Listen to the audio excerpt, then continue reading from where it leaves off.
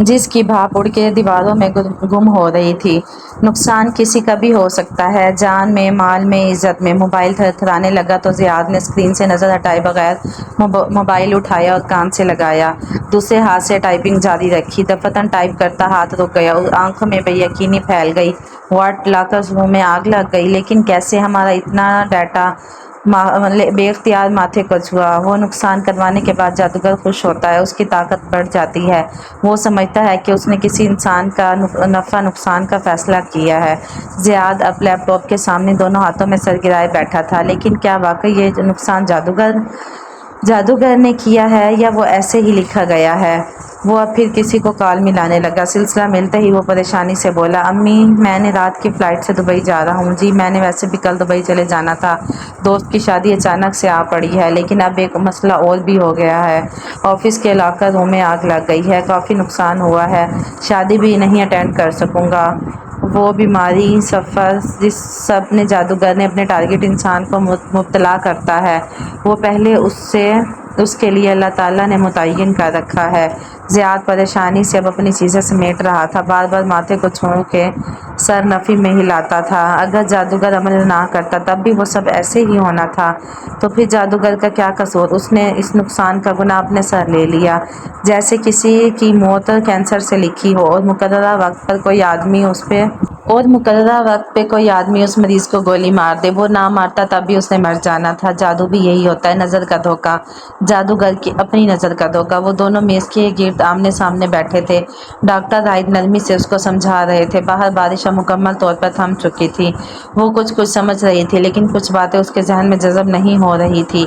یعنی میری ماں کی بیماری جادو ہے یا بیماری ہے؟ چاہے وہ جادو سے ہوئی ہو یا نہ ہوئی ہو، یہ اسی طرح تقدیر میں لکھی تھی۔ بالکل، اللہ تعالیٰ کے لوح میں محفوظ ہم سب کی قسمت پہلے سے لکھی ہے۔ آپ کی ماں کی جتنی زندگی ہے وہ پہلے سے متعین کردہ ہے۔ صرف ایک چیز جس کو بڑھا سکتی ہے وہ ہے دعا۔ ماں ہی کی آنکھیں بھیگنے لگی۔ مگر وہ مزید جاننا چاہتی ہوں جادو اور جنات کے بارے میں۔ پھر آپ کو یہاں مزید وقت گزارنا ہوگا کیونکہ یہ ایک طویل ڈسکشن ہے۔ کافی؟ وہ کھڑے ہوتے ہوئے پوچھنے لگے۔ ماہی نے اس بات میں سر ہلا دیا اور کھڑکی کے باہر دیکھنے لگی۔ باہر ایک خوبصورت دن پھیلا تھا۔ بارش نے سارے وہمیں اور خدشات بھی دھو ڈالے تھے۔ 2 دن بعد جب ماں کو ڈسچارج کر کے گھر بھیجا گیا تو وہ لوگ بہت خوش تھے۔ ٹیومر کے نکل جانے سے ذہن پہ بڑا پریشر ہٹنے لگا اور ان کی شخصیت واپس آنے لگی۔ ماتھے پہ لگا ڈرین اتار کے اس کی جگہ مکمل طور پر اسٹچ کر دیا گیا تھا۔ سرجن نے سرجری کے لیے پورا سر نہیں کھولا تھا بلکہ 3 انچ کٹ دے کر ذرا سے بال صاف کر کے اس جگہ سے سارا ٹیومر باہر کھینچ نکالا تھا۔ ماں کو جب وہ گھر لائے تو وہ کانشیس تھی، تکلیف میں تھی، لیکن ہلکی پھلکی بات کر رہی تھی۔ مالا سوچ رہی تھی کہ کیسے سرجری سے پہلے ان کو یہ ڈر تھا کہ جسم کا کوئی حصہ مفلوج نہ ہو جائے، اور اب دیکھو ان کا سارا جسم سلامت تھا۔ بس بازوؤں پہ بار بار IV کی سوئیاں لگنے سے سرخ نشان پڑے تھے، لیکن خیر نشان ہی تھے، نہ چلے جائیں گے۔ ٹانگوں کا زخم بھر جائے گا اور سب ٹھیک ہو جائے گا۔ چونکہ وہ ڈاکٹر نہیں تھی اس لیے سمجھتی تھی کہ کامیاب سرجری ہیپی اینڈنگ کے مترادف ہوتی ہے، جس سے سارے مسئلے ختم ہو جاتے ہیں۔ حالانکہ سرجری تو ایک آغاز ہوتی ہے، صحت یابی کے لیے ایک لمبے سفر کا پہلا پڑاؤ۔ ماں ہسپتال سے گھر شفٹ ہوئی تو وہ پہلے دن کی طرح ایکٹیو نہیں تھی بلکہ غنودگی میں تھی۔ محی الدین کو بیڈ پہ لٹا رہا تھا، کندھے، بازو اور بہت سے تکیے رکھ کے ماں کا پوسچر درست کر رہا تھا۔ وہ 2 دن سے اسی ایک لباس میں تھی، ایک ہی لباس میں تھا۔ شیپ بڑھی ہوئی تھی، آنکھیں سرخ گلابی پڑ رہی تھی۔ پیچھے سیٹ کر کے وہ ماں کے قدموں میں بیٹھا، وہ آنکھیں بند کر کے نیند کے آغوش میں چلی گئی۔ محی الدین نے دھیرے سے ان کا پانچہ موڑا اور اوپر سے گھٹنے تک لے گیا۔ پھر اس نے پیکٹ کھول کے پیکٹ سے لمبی سفید جرابیں نکالی اور انہیں ماں کو پہنانے لگا۔ یہ DVT اسٹاکنگز ہیں، DVT سے بچاؤ کی جرابیں۔ یہ جرابیں ماں کو پہنائی رکھنی ہیں، اوکے مالا، اس نے دوسری 2 دفعہ دہرایا۔ وہ جو ماں کی دوائیاں سیٹ کر رہی تھی اس نے سر ہلا دیا، ساتھ ہی وہ فون دیکھ رہی تھی، لوگوں کے میسیجز، کالز۔ کچھ آنٹیاں ہر گھنٹے بعد کال کر کے پوچھتی تھی کہ آپ کی امی کیسی ہیں، جیسے کوئی نیوز بلیٹن چل رہا ہو کہ گھنٹے گھنٹے کی اپڈیٹ ملنی چاہیے۔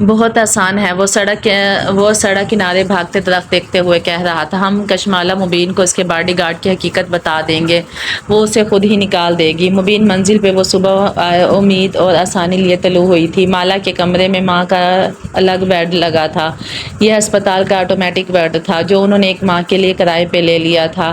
بٹن دبانے سے اس کی ٹیک اوپر اور نیچے ہو جاتی تھی۔ اس وقت حورِ جہاں بیگم ٹیک لگائے بیٹھی تھی۔ ابھی وہ اپنے کمر کے سہارے نہیں بیٹھ سکتی تھی، ماتھے کی پٹی اب اتر چکی تھی، اس لیے نیلے دھاگے کے ٹانکوں کی لکیر نظر آتی تھی۔ ان کے بال صرف 3 انچ کے حصے سے مونڈے گئے تھے، وہ بھی ماتھے کے دائیں جانب سے۔ سر کے باقی تمام بال سلامت تھے۔ ٹانکوں کا دھاگا وائکرل تھا جس نے چند دن بعد گھل کے خود ہی ختم ہو جانا تھا، یعنی ٹانکیں اتارنے کی ضرورت نہ تھی۔ پیچھے رہ جانا تھا ایک زخم کا معمولی نشان، ایک یادگار جو کبھی حورِ جہاں کو ٹیومر ہوا تھا۔ مالا کے کمرے میں آج کل وہ سحری اور افطاری وغیرہ کرتے تھے کیونکہ ماں ابھی یہاں سے نکل نہیں سکتی تھی۔ اس وقت مالا اپنے بیڈ پہ بیٹھی تھی اور امید ماں کے ساتھ کرسی رکھے ان کا ہاتھ پکڑے بیٹھا تھا۔ وہ صبح ماں کو خود ناشتہ کرواتا تھا۔ ابھی تک وہ جاب پہ واپس نہیں جا رہا تھا جب تک ماں اپنے قدموں پہ نہیں کھڑی ہو جاتی تھی۔ اسے ان کے ساتھ سائے کی طرح رہنا تھا۔ جب مجھے ہسپتال میں ہوش آیا تو میرا بیٹا میرے قدموں میں بیٹھا تھا۔ ماں نے پیار سے معید کے سر پہ ہاتھ پھیرا۔ ماں کے قدموں تلے جنت ہوتی ہے نا، فرمانبرداری سے کہہ کے معید ناشتہ پلیٹ میں نکالنے لگا۔ ہاں بیٹا، اور میرا جوتا بھی انہی قدموں تلے ہوتا ہے نا۔ تم سے کس نے پوچھ کے میرا آپریشن کروایا ہے؟ ان کے تیور 1 منٹ میں بدلے تھے۔ پراٹھے کرنے والا بناتے معید کا ہاتھ ہوا میں رک گیا۔ چہرہ اٹھا کے شوق سے انہیں دیکھا۔ اتنے دن سے تو بتا رہا ہوں ماں، آپریشن ضروری تھا۔ ماں کا پیار اور خفگی آج کل ساتھ ساتھ چلتے تھے جب سے ان کی یادداشت درست کام کرنے لگے تھے۔ انہیں یاد آ گیا تھا کہ ان کی اجازت کے بغیر ان کی اولاد نے اتنا بڑا قدم اٹھا لیا تھا۔ وہ ایک دم بہت شکر گزار بھی ہو جاتی کہ میرے بچے میرا کتنا خیال کر رہے ہیں، لیکن انہیں پھر یاد آ جاتا کہ ان سے پوچھے بغیر آپریشن کروایا ہے۔ بس وہیں کلاس شروع ہو جاتی۔ اور تم؟ ماں نے گھور کے مالا کو دیکھا۔ وہ پرانی دبنگ سی حورِ جہاں بیگم بن چکی تھی۔ تم مجھے ہسپتال میں چھوڑ کے چلی گئی۔ ماں ICU میں رہنے نہیں دیتے رات کو، پھر مجھے معید نے زبردستی گھر بھیجا تھا۔ اس نے ہنس کے وضاحت دی۔ وہ دونوں پچھلے کئی دن سے مسلسل وضاحتیں دے رہے تھے، مگر مجال ہے جو ماں ان کی بات مان لے۔ ماں ہی تو سرے سے مکر گئی۔ ماں، میں تو کینیڈا میں ہوں، مجھے تو کسی نے بتایا ہی نہیں کہ آپ کے آپریشن کا، ورنہ میں تو فوراً آپ کو بتا دیتی، معصومیت سے کہا، اور ماں نے فوراً اس کا یقین کر لیا۔ وہ بیچاری پردیس بیٹی، اس کو کہاں کوئی کچھ بتاتا ہوگا۔ ماں، ہمیں معلوم ہے کہ ہم نے ٹھیک نہیں کیا، آپ سے پوچھے بغیر آپ کی سرجری کروا دی، لیکن ہمارے پاس کوئی اور چوائس نہیں تھی۔ آپ یہ خبر اس وقت برداشت نہ کر سکتی۔ معید نرمی سے ان کو سمجھانے لگا۔ ماں کو نہ سمجھا، ناشتہ کرنے دیں۔ انہوں نے ناک سے مکھی اڑائی۔ وہ ہنس دیا اور ان کے لیے چائے نکالنے لگا۔ دفعتاً ماں کو اس کا خیال آیا جو مسکراتے ہوئے ماں بیٹے کی گفتگو سن رہی تھی۔ مالا، تم تو کہہ رہی تھی کہ اپنے کام کے لیے کچھ چیزیں لینے بازار جانا ہے، تو جاؤ نا بیٹا، میں ٹھیک ہوں۔ جی بس میں ابھی نکلتی ہوں۔ اس نے معید کو دیکھا۔ تم اکیلے ماں کا خیال رکھ لو گے نا؟ جی میں تو کمپاؤنڈر ہوں، مجھے کیا پتہ خیال کیسے رکھا جاتا ہے۔ وہ بے اختیار ہنسی۔ وہ کیا کرتی؟ ماں کو اتنے دن بعد تنہا چھوڑ کے جا رہی تھی۔ اسے ایک ریستوران سے کام کے آفر آئی تھی، اس کے لیے اسے پینٹ سپلائرز خریدنے تھے۔ جا میری بیٹی، ماں نے پیار سے اس کے کندھے پہ ہاتھ پھیرا۔ جا، تیرا قیمتی کام ہے اتنا، میری وجہ سے اس کو پیچھا نہ کر، جا، شاباش۔ وہ جو بیڈ سے اتر کر چپل پہن رہی تھی ایک دم رک گئی، سر وہیں جھکا رہا، گلے میں آنسوؤں کا پھندا پڑنے لگا۔ پھر اس نے ناک سے گیلی سانس اندر کھینچی اور اٹھ گئی، اور باتھ روم میں آ کے اس نے آئینے میں اپنا چہرہ دیکھا۔ اس کی آنکھیں گلابی پڑ رہی تھی۔ ساری عمر ماں نے یہی شکوہ کیا تھا کہ ان کو مالا کے کام کی سمجھ نہیں آتی، بس ان کو ڈاکٹر بنانا تھا کشمالہ کو۔ نہیں، وہ نہیں بنی تو اب وہ جو بھی بن جائے، ماں کے نزدیک یہ سب بیکار کام تھے۔ فیشنی نوکریاں، پڑھائیاں تو یا تو میڈیکل یا انجینئرنگ کی یا فوج کی نوکری، بس۔ کتنی بحثیں ہوئی تھیں ان کے گزرے برسوں میں، ماں نے اپنا نقطہ نظر سمجھاتے ہوئے، لیکن آج معلوم ہوا کہ ماں کو سب کچھ سمجھ میں آتا تھا، ان کو قدر بھی تھی، مگر جیسے وہ اپنی ضد نہیں چھوڑ سکتی تھی ویسے وہ بھی نہیں چھوڑ سکتی تھی۔ ان کے ایک ہی فکرے نے کشمالہ مبین کی زندگی کے ان کی محنتی سالوں کو معتبر کر دیا تھا۔ کیف فورس میں کسی کام سے آیا تھا۔ جب وہ باہر نکلی، اس کا رخ کار کی جانب تھا۔ باس حشاش بشاش سے انداز میں کشمالہ کو پکارا۔ وہ جو کار کی طرف جا رہی تھی، اس کے رخ کے سنجیدگی سے اسے دیکھا۔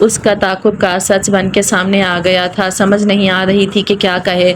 مالک نے اس کی مشکل آسان کر دی۔ کیا آج ہم مل سکتے ہیں؟ شور آپ مجھے میسج کر دیں، میں دیکھ لیتی ہوں۔ کال بند کر کے وہ بدقت چہرے کے تاثرات نارمل کرتے ہوئے باہر دیکھنے لگی۔ گود میں رکھی مٹھی زور سے بھینچ رکھی تھی۔ دل ایسے دھڑک رہا تھا کہ لگتا تھا سینہ توڑ کے باہر آ جائے گا۔ کیا وہ ماہر فرید سے ملنے جا رہی تھی؟ لیکن وہ تو انگلینڈ میں ہوتا تھا۔ کال بھی انگلینڈ کے نمبر سے واٹس ایپ پہ آئی تھی، شاید وہ لاہور میں تھا۔ یہاں ڈراپ کر دوں آپ کو؟ اس کی اندرونی کیفیت سے بے خبر ایک بک سٹور کے سامنے پارکنگ کی جگہ تلاش کر رہا تھا۔ اور کار مجھے دے دو، تم کیب کر لینا، مجھے کچھ گھنٹے کے لیے کار چاہیے ہوگی۔ کیف نے سنجیدگی سے پلٹ کے اسے دیکھا۔ آر یو شور آپ اکیلے؟ کیف تم میرے ملازم ہو، میں تمہاری نہیں، مجھ سے بحث مباحثہ مت کیا کرو۔ وہ بدبی سے کہہ کے باہر نکلی اور زور سے دروازہ بند کر دیا۔ وہ چونک کے اسے دیکھنے لگا۔ کچھ تھا کشمالہ مبین میں بدلا بدلا سا تھا۔ شور باز اس نے چپ چاپ چابی اس کے حوالے کر دی۔ جب وہ بک سٹور کے اندر چلی گئی تو موبائل پہ رائڈ بک کروانے لگا۔ ذہن الجھ سا گیا تھا۔ اس نے اندر جاتے ہی ماہی کو کار ملائی، پینٹ برش، ٹرمپٹائن، وہ کیا لینے آئی تھی سب بھول گیا تھا۔ ماں ٹھیک ہے؟ ماہی نے چھوٹتے ہی سوال کیا۔ ہاں اس کی رات تھی، شاید وہ سو چکی تھی۔ مالا کا نمبر دیکھتے ہی گھبرا کے پوچھا۔ ہاں ٹھیک ہے، میری بات سنو اور مجھے بتاؤ کہ کیا کروں؟ وہ چند بک ریکس کے درمیان کھڑی دبی آواز میں کہنے لگی۔ اس نے تمہیں کہاں بلایا ہے؟ ایک 7 اسٹار ہوٹل کی لابی میں۔ لابی میں درجنوں لوگ ہوں گے۔ اگر کیف پہ اعتبار نہیں ہے تو اکیلی چلی جاؤ، جا کے ملو اس ماہر فرید سے اور پوچھو اس سے کہ کیا مسئلہ ہے اس کا۔ ماہی مطمئن تھی۔ میں کیف کو نہیں لے کر جانا چاہتی، مجھے اس پہ اعتبار نہیں ہے۔ معید کو لے کر گئی تو اس کی ساری کہانی بتانی پڑے گی۔ پہلے ہمارے کم مسائل ہیں، وہ سوچتے ہوئے کہہ رہی تھی۔ میں اکیلے جانے سے نہیں ڈرتی، لیکن کیا اس سے ملنے کا کوئی فائدہ ہوگا؟ ظاہر ہے ہوگا، کم از کم تمہیں یہ معلوم ہو جائے گا کہ تمہارا تعاقب کار کوئی انسان ہے یا نہیں۔ او پلیز ماہی، میرا تعاقب کار انسان ہی ہے، کوئی 200 سال پرانا جن نہیں ہے۔ اس نے سر جھٹک کے کال بند کی۔ وہ تنہا جانے سے نہیں ڈرتی تھی۔ وہ کیف کو بغیر بتائے جاتے ہوئے گلٹ محسوس کر رہی تھی۔ اس لگژری اپارٹمنٹ کی بلڈنگ کا 5واں فلور اس دوپہر سفید روشنیوں میں چمک رہا تھا۔ لفٹ کے دروازے کھلے اور کیف باہر نکلتا دکھائی دیا۔ وائلٹ کھولتے ہی ہوئے وہ اپنے دروازے تک آیا، مگر ٹھٹک کے رک گیا۔ کی کارڈ وائلٹ میں نہیں تھا۔ اس نے اچنبھے سے اپنی جیبوں میں ہاتھ ڈال کے دیکھا، وہ کہیں نہیں تھا۔ وہ پلٹ کے لفٹ کی طرف جانے لگا تاکہ ریسیپشن سے متبادل کارڈ لے آئے۔ تبھی اس کے اپارٹمنٹ کا دروازہ اندر سے کھل گیا۔ چوکھٹ میں مالک کھڑا تھا، گرے سوٹ میں ملبوس، سفید بال جیل سے جمائے، چہرے پہ اسپاٹ سی سختی لیے۔ کیف نے الجھ کے اسے دیکھا اور اپنے وائلٹ کو۔ تم نے میرا کارڈ؟ نیور مائنڈ، سر جھٹک کے اندر داخل ہوا اور آگے چلتا گیا۔ مالک دروازہ بند کر کے اس کے پیچھے آیا۔ کیا حال کر دیا تم نے میرے اپارٹمنٹ کا؟ اس نے ایک افسوس بھری نظر لیونگ روم کے گلاس وال پہ ڈالی، جس کے اوپر جگہ جگہ کاغذ چپکے تھے۔ لیونگ روم میں صوفے پیچھے ہٹا کے ایک بڑی سی میز رکھی ہوئی تھی، جس کے اوپر کچھ رکھا تھا۔ کیا رکھا تھا یہ واضح نہیں تھا، کیونکہ اسے کپڑے سے ڈھکا گیا تھا۔ ایک طرف کمپیوٹر اور پرنٹرز رکھے تھے۔ چاہو تو اپنے اپارٹمنٹ واپس لے لو، میں کسی کال کوٹری میں بھی رہ سکتا تھا، وہ اسپاٹ انداز میں کہتا۔ اوپن کچن تک آیا اور فریج کھولا۔ پھر تم استعفیٰ نہیں دے رہے؟ مالک گلاس وال کے ساتھ کھڑا نیچے نظر آتی سڑک دیکھ رہا تھا۔ نہیں، کیونکہ مجھے ابھی کچھ خاص نہیں ملا۔ اب دوبارہ 2 ماہ کی ڈیل کا ذکر مت کرنا، یہ میری زندگی ہے۔ میں نے کسی کی کتنی نوکری کرنی ہے اس کا فیصلہ میں کروں گا۔ اس نے فریج سے ٹھنڈے پانی کی بوتل اور چند سبزیاں نکالیں، پھر بلینڈر کی طرف آیا اور سبزیوں کو علیحدہ کرنے لگا۔ وہ کوئی صحت افزا ڈرنک بنانے جا رہا تھا۔ تمہیں یاد ہے وہ دن جب اس ہوٹل سویٹ میں ہم چاروں اکٹھے تھے؟ دھنیے کے پتے الگ کرتے ہوئے کیف کے ہاتھ رکے۔ مڑ کے سنجیدگی سے مالک کو دیکھا۔ ظاہر ہے مجھے یاد ہے، تب میں نے اس ملاقات کو ویڈیو پہ ریکارڈ کر لیا تھا۔ پھر وہ اپنی سبزیوں کی طرف متوجہ ہوا۔ تمہاری آرٹسٹ لڑکی کو ابھی جو کال آئی تھی وہ میں نے کی تھی۔ میں نے اسے ایک جگہ ملنے کے لیے بلایا ہے تاکہ میں اسے وہ ویڈیو دکھا سکوں۔ کیف کے ہاتھ سے پتے گر گئے۔ ایک لمحے کے لیے وہ اپنی جگہ سے ہل نہیں سکا، پھر تیر کی تیزی سے مالک کی طرف لپکا۔ تم یہ کیسے کر سکتے ہو؟ اس کے سامنے پہنچ کے وہ چہرے کے ساتھ غرایا، بمشکل مٹھیاں بھینچ کے خود کو اس پہ حملہ کرنے سے روکا۔ مالک نے چہرہ گھما کے اسے دیکھا۔ میں نے کہا تھا نا، مجھے مت کہنا کہ میں نے تمہیں وارن نہیں کیا۔ مالک ہماری بات 2 ماہ کی ہوئی تھی، تمہیں 2 ماہ کے اندر یہاں سے نکلنا تھا۔ اب تم زبان سے پھر رہے ہو، اس کو وہاں مت بلاؤ، میں سب ہینڈل کر رہا ہوں نا۔ وہ پریشان ہو گیا۔ نہیں، تم کچھ نہیں ہینڈل کر رہے، تم اپنے مقصد سے ہٹ گئے ہو اور میں تمہاری لگام کھینچنے آیا ہوں۔ تم اس کو کوئی ویڈیو میں نہیں دکھاؤ گے۔ اس کا غصہ بے چینی اور اضطراب میں بدل رہا تھا۔ وہ دونوں کلاس وال کے سامنے آمنے سامنے کھڑے تھے۔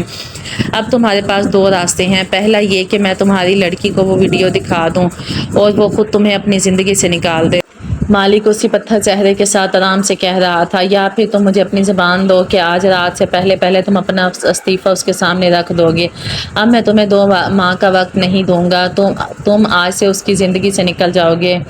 آج کیف دانت پہ دانت جمائے سرخ پڑتی آنکھوں سے اسے دیکھ رہا تھا۔ ویڈیو دیکھ کے سارا کھیل سمجھ آ جائے گا۔ مالک اب نیچے سڑک پہ رواں دواں ٹریفک کو دیکھ رہا تھا۔ میرا کچھ نہیں بگڑے گا، وہ کیا کرے گی؟ ہمارے خلاف پولیس بلا لے گی۔ وہ ہلکا سا ہنسا، وہ ہمارے خلاف کچھ نہیں کر سکتی، ہم صرف اسے ویڈیو دکھائیں گے، اس کے حوالے نہیں کریں گے۔ جو ہوگا تمہارے اور اس کے درمیان ہوگا۔ تم نے اس کی زندگی سے ویسے ہی نکلنا ہے، کم از کم عزت سے نکل جاؤ۔ وہ ماتھے پہ بل لیے مالک کو گھورتا رہا، پہلو میں گرے ہاتھوں کی مٹھیاں بھینچی ہوئی تھی۔ مالک اس کی طرف مڑا اور سر سے پیر تک اسے افسوس سے دیکھا۔ خود کو اور دیکھو۔ اس نے کیف کو کندھے سے پکڑ کے زبردستی اس کا رخ دیوار پہ لگے آرائشی آئینے کی طرف موڑ دیا۔ کیف نے مزاحمت نہیں کی، بس ایک نظر اپنے عکس پہ ڈالی۔ شیو بڑی ہوئی تھی، ماتھے پہ بال بکھرے تھے، لب سختی سے ایک دوسرے میں پیوست تھے، چہرے پہ غصے اور ضبط کے ملے جلے تاثرات تھے۔ خود کو دیکھو، یہ کس کا چہرہ ہے؟ عکس میں اسے مالک اپنے کندھے کے پیچھے کھڑا دکھائی دیا، وہ اس کے 1 انچ لمبا تھا۔ میں بتاؤں یہ کس کا چہرہ ہے؟ وہ سپاکی سے اس کے قریب ہو کے بولا۔ یہ ایک محبت میں گرفتار ہوئے مرد کا چہرہ ہے۔ اس نے کرب سے آنکھیں بند کر لی۔ اب ہر طرف اندھیرا تھا، اندھیرے میں کہیں دور سے مالک کی آواز آ رہی تھی، محبت میں مبتلا مرد کسی کام کا نہیں رہتا، تم بھی نہیں رہو گے۔ یوں سمجھو میں تمہارے اوپر ایک اور احسان کر رہا ہوں، تم اور وہ کبھی ایک نہیں ہو سکتے۔ تم دھوکے سے اس کی زندگی میں داخل ہوئے تھے، ہر دھوکے کی قیمت چکانی پڑتی ہے۔ اب بھی وقت ہے، خود کو اس سے دور کر لو۔ کیف نے آنکھیں کھولی، اس کی آنکھیں گلابی پڑ رہی تھیں۔ مجھے تمہارے بزنس ایڈونچرز کی پرواہ نہیں ہے، کیونکہ وہ ناکام ہی ہونے ہیں۔ لیکن مالک نے میز کی طرف دیکھا جہاں کچھ کپڑے سے ڈھکا رکھا تھا۔ کیا تم اپنا پلان بنا لیا؟ کیا تم 15 جولائی کے لیے تیار ہو نا؟ وہ کچھ نہیں بولا، اپنا عکس دیکھتا رہا۔ وہ فوکس لوز کر چکا تھا، ایک طرف تمہارا روشن مستقبل اور دوسری طرف وہ لڑکی۔ تم ایک کا انتخاب کر سکتے ہو۔ پھر اس نے آواز دھیمی کی، فیصلہ تمہارا ہے۔ کیا تم اپنے سرکل میں ہر شخص سے یہ سننے کے لیے تیار ہو کہ اس کی آواز مزید مدھم ہوئی، ایک سرگوشی کی مانند کہ کیف ایک فیلئر ہے۔ مالک یہ کہہ کر پیچھے ہٹ گیا۔ اسے معلوم تھا کہ وہ وہاں ضرب لگا چکا ہے جہاں سب سے زیادہ درد ہوتا ہے۔ کیف نے آنکھیں بند کر لی۔ مالک کی ساری باتیں ایک طرف، یہ بات ہر شے پہ بھاری تھی، کیف ایک فیلئر ہے۔ اس نے آنکھیں کھولی اور خود کو دیکھا۔ مالک درست کہہ رہا تھا، محبت میں مبتلا مرد کسی کام کا نہیں رہتا۔ میں تمہارے جواب کا منتظر ہوں۔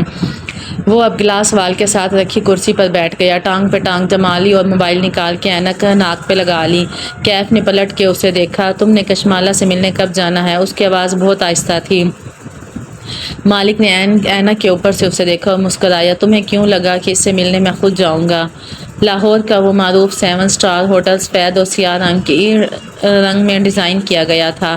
شطرنج کی بساط جیسا سیاہ سفید مرمری فرش اس دوپہر میں چمک رہا تھا۔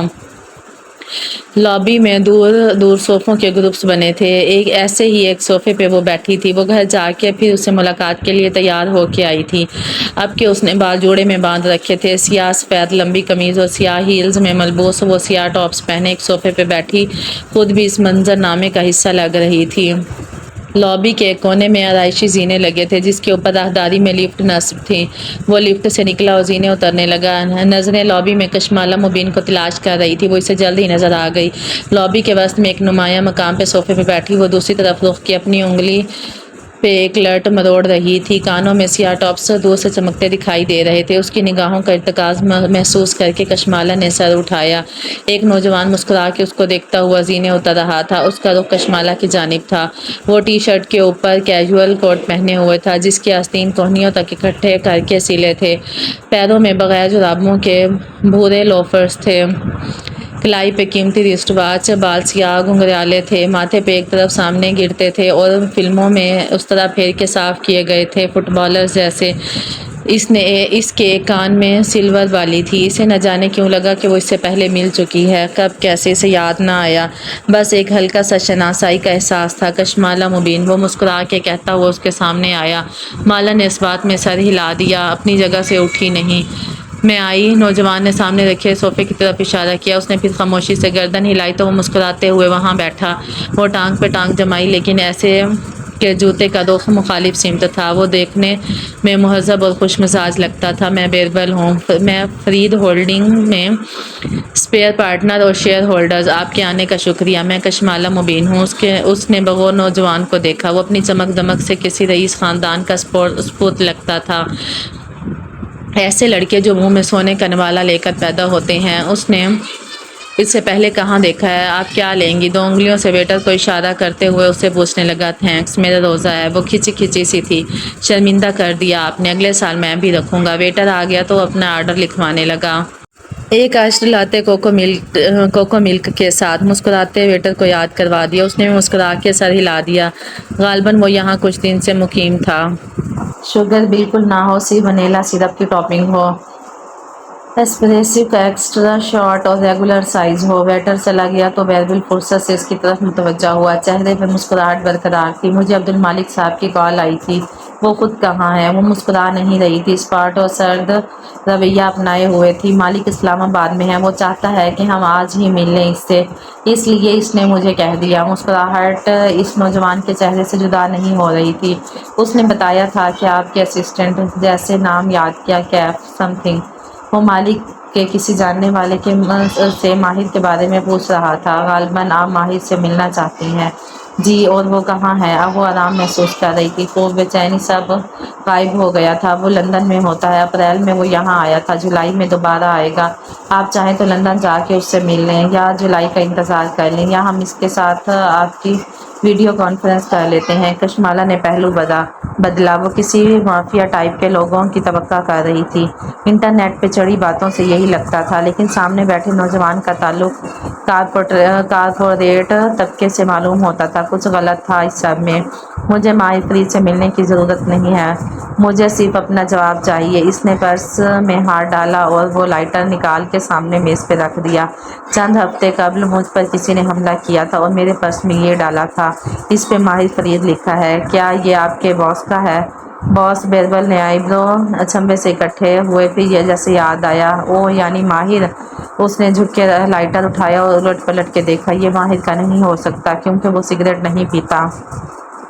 اس نے لائٹر واپس رکھ دیا۔ ویسے بھی دنیا میں صرف ایک ماہر فرید نہیں ہے۔ اس نے غیر آرامدہ انداز میں پہلو بدلا۔ کیا آپ ماہر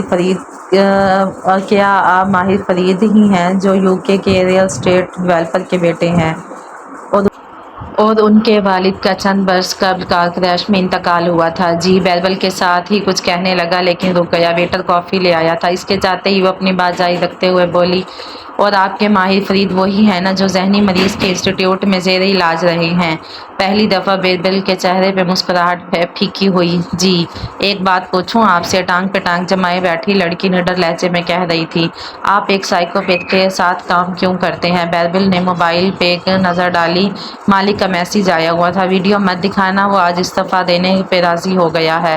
اس نے گہری سانس لی اور سر اٹھا کے کشمالہ کو اسی مسکراہٹ کے ساتھ دیکھا۔ سوری، کیا پوچھا آپ نے؟ یہی کہ آپ ایک سائیکوپیتھ کے ساتھ کام کیوں کرتے ہیں؟ ماہر سائیکوپیتھ نہیں ہے۔ سائیکوپیتھ ملین پاؤنڈز کی بزنس امپائرز نہیں بنا سکتے، نہ چلا سکتے ہیں۔ ماہر کوئی بہت اچھا آدمی نہیں ہے، مانتا ہوں، لیکن کبھی کبھی اپنے اوبسیشن اور وہ رکا جیسے الفاظ تلاش کر رہا اور اپنے ایمبیشن میں کچھ حدود کراس کر سکتا ہے، لیکن وہ نرمی سے کہہ کے رکا، وہ کبھی بھی کسی لڑکی کا تعاقب کر کے اس کو ہراس نہیں کرے گا۔ اگر کوئی آپ کے پیچھے پڑا ہے تو میں آپ کو یقین دلاتا ہوں کہ وہ ماہر فرید نہیں ہے۔ میں کیسے مان لوں؟ کیونکہ ماہر ایک کارپوریٹ جینیس ہے، ایک ماسٹر بزنس مین۔ اس کے لہجے میں فخر تھا۔ وہ انسان کم اور پیسہ بنانے والی مشین زیادہ ہے۔ وہ کوئی ایسا کام نہیں کرتا جس میں اسے منافع نہ ملے۔ وہ کبھی آپ کو اسٹاک نہیں کرے گا، کیونکہ اس کام میں اس کا کوئی فائدہ نہیں ہے۔ آپ کو کوئی غلط فہمی ہوئی ہے۔ جیسا کہ میں نے کہا کہ دنیا میں ایک ماہر فرید نہیں ہے۔ بیربل نے کافی کپ اٹھا لیا، اسٹرا لبوں میں ڈال کے گھونٹ بھرا، پھر اسے ہٹایا اور مایوسی سے نفی میں سر ہلایا۔ منع کیا تھا پھر بھی چینی ڈال دی۔ کشمالہ نے پرس اٹھایا اور اٹھنے لگی۔ جب میں نے سنا کیا بیکری بنانا چاہتی ہیں، وہ بالکل ٹھہر گئی۔ آپ کو کیسے معلوم؟ وہ کپ نیچے کر کے مسکرایا۔ مالک نے آپ کے بارے میں معلوم کروایا تھا۔ اس نے آپ سے ملنے کی بات اس لیے کی تھی کیونکہ ہم سمجھے آپ بیکری میں انٹرسٹڈ ہیں۔ بیکری میں بتانا بھول گیا تھا۔ وہ پورے دل سے مسکرایا۔ اس کی یہ مسکراہٹ جانے کیوں شناسا سی تھی۔ اس میں ایک پیسٹری شیف ہوں اور میری ایک بوتیک بیکری ہے۔ میں سمجھا تھا کہ آپ میرے ساتھ کام کرنا چاہتی ہیں۔ خیر، اگر آپ کسی کے ساتھ کام کرنا چاہیں تو مجھے خوشی ہوگی۔ اس نے کارڈ نکال کے کشمالہ کی طرف بڑھایا جسے اس نے تھام کے چہرے کے قریب کیا۔ بیربل فرید، ساتھ محض ایک فون نمبر لکھا تھا۔ فرید، وہ چونکی۔ میں ماہر فرید کا چھوٹا بھائی ہوں۔ وہ مسکرایا۔ اوہ، ایک لمحے کے لیے وہاں سناٹا چھا گیا۔ پھر وہ بیگ اٹھائے کھڑی ہوئی، یوں ہی پوچھ لیا، خوشی ہوئی آپ سے مل کے بیربل فرید۔ شاید مجھے غلط فہمی ہوئی ہو۔ ویسے کہاں ہے آپ کی بیکری؟ اس شہر میں جس کے بارے میں نپولین نے کہا تھا۔ وہ اٹھتے ہوئے بولا کہ اگر دنیا ایک ریاست ہوتی تو وہ شہر کا دارالحکومت ہوتا۔ کون سا شہر؟ استنبول۔ بیربل فرید مسکرا کے بولا، میری بیکری استنبول میں ہے۔ To for. اس نے بیگ کوہنی پہ ڈالا اور رسمی انداز میں اس کا شکریہ ادا کر کے آگے بڑھ گئی۔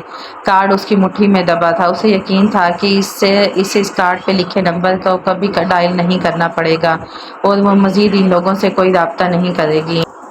ایک لمحے کے لیے 5 اپریل کی صبح میں واپس چلے جاتے ہیں۔ ہوٹل سویٹ میں ماہر فرید اور کیف جمال آمنے سامنے کھڑے تھے۔ بیربل اسٹرا سے کافی کے گھونٹ بھرتے ہوئے دلچسپی سے ان کی گفتگو کو کرتے ہوئے دیکھ رہا تھا۔ جب تم اس جاب سے انکار کر رہے تھے تو میں نے تمہیں 2 باتیں کہی تھی، کیا وہ تمہیں یاد ہے؟ ماہر فرید کے لہجے میں کیف سے پوچھ رہا تھا۔ مجھے یاد ہے۔ یاد تو ہے، میرے 2 اور فکریں دہراؤ۔ آپ نے کہا تھا کہ وہ ماہر فرید کے الفاظ دہرانے لگا کہ میں اس لڑکی کی حفاظت کرنا چاہتا ہوں تاکہ اس کے ساتھ وہ نہ ہو جو البم میں موجود دوسری لڑکیوں کے ساتھ ہوا ہے۔ کی نکھیوں سے ایک نظر میز پہ رکھے البم پہ ڈالی اور دوسری یہ کہ اس لڑکی سے صرف آپ کو ایک انفارمیشن چاہیے۔ توقف کے بعد کیف نے اپنا سوال دہرایا۔ اب میرے سوال کا جواب دیں، کیا میں وہ 2 ماہ مکمل ہونے کے بعد بھی اس جاب کو جاری رکھ سکتا ہوں؟ اب میں تمہیں ایک تیسری بات بتانا چاہتا ہوں کیف جمال۔ ماہر فرید کی آواز میں سختی در آئی۔ میرا اس لڑکی سے کوئی لینا دینا نہیں ہے، نہ میں اس کا تعاقب کر رہا ہوں، نہ مجھے اس کی ضرورت ہے۔ اس کا کوئی دشمن کوئی اور ہے، وہی جو میرا بھی دشمن ہے۔ یہ معاملہ میرے لیے بہت پرسنل ہے۔ تمہارے خیال میں اتنے پرسنل اور اہم معاملے کے لیے تو میں تم جیسے لوزر کو کیوں ہائر کروں گا؟ اس طرز تخاطب پہ کیف جمال کے کانوں کی لویں سرخ ہوئی۔ شاید اس لیے کہ میرے پاس کچھ ایسا ہے جو آپ کو چاہیے۔ درست۔ ماہر فرید نے اس بات میں سر ہلایا۔ جانتے ہو وہ کیا ہے؟ کیف نے سوچنے کی کوشش کی۔ وہ ایک ناکام اور مقروض انٹرپرینیور تھا، ایک عام سا فوٹوگرافر جسے ہر کوئی لوزر کہتا تھا۔ اس کے پاس ایک ایسا کیا تھا جو ماہر فرید کو چاہیے تھا؟ باقی آئندہ انشاءاللہ اگلے دنوں میں آپ کے ساتھ شیئر کروں گی اسٹوری۔ آپ کو ناول کیسا لگ رہا ہے کہ پلیز کمنٹ میں آپ مجھے کمنٹ کر کے ضرور بتائیے گا۔ اگر آپ چاہتے ہیں کہ آپ کو اسی طریقے سے اچھی نئی ویڈیوز ملتی رہیں تو ہمارے چینل کو سبسکرائب کر کے بیل آئیکن کا بٹن ضرور پریس کر دیجیے گا تاکہ جب بھی کوئی نیو ویڈیو آئے تو آپ کے پاس فوراً آ جائے۔